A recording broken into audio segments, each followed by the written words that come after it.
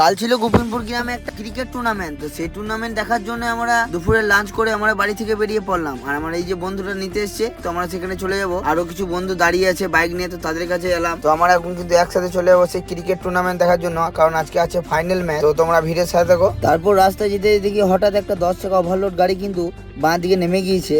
কারণ নেমে গিয়েছে এই জন্যই একটা বাইকওয়ালাকে বাঁচাতে গিয়ে কিন্তু ড্রাইভারটা বাঁ দিকে গাড়িটা নামিয়ে দেয়। তার কিছুটা আছে। আর ওই যে জুম করে দেখাচ্ছি তোমাদেরকে, ওই যে ওই জায়গাটায় খেলাটা হচ্ছে। আর খেলাটা হচ্ছে কিন্তু বন্ধু মানে নদীর ঘাটে, ঠিক আছে। তো তোমাদেরকে দেখাবো, চলো। এই যে ক্রিকেট টুর্নামেন্ট চলছে, আর এই ফাইনাল খেলাটা হচ্ছে বোলপুর ভার্সেস কুকুরডি। তো আজকে তার ফাইনাল খেলা। আমরা মাঠের এক প্রান্তে বসে কিন্তু খেলা দেখতে লাগি, এবং এই খেলায় প্রথম পুরস্কার আছে 40,000 আর দ্বিতীয় পুরস্কার আছে 30,000। তার সাথে আছে কিছু আকর্ষণীয় ট্রফি। তো খেলা শেষ, আর এই খেলায় উইনার টিম হলো কুকুরডি। খেলার শেষে কিছু আকর্ষণীয় বাজিরও আয়োজন করা হয়েছে। তো এই টুর্নামেন্টটা দেখে খুব ভালো লাগলো, আর গোবিন্দপুরবাসীর কাছে অসংখ্য ধন্যবাদ।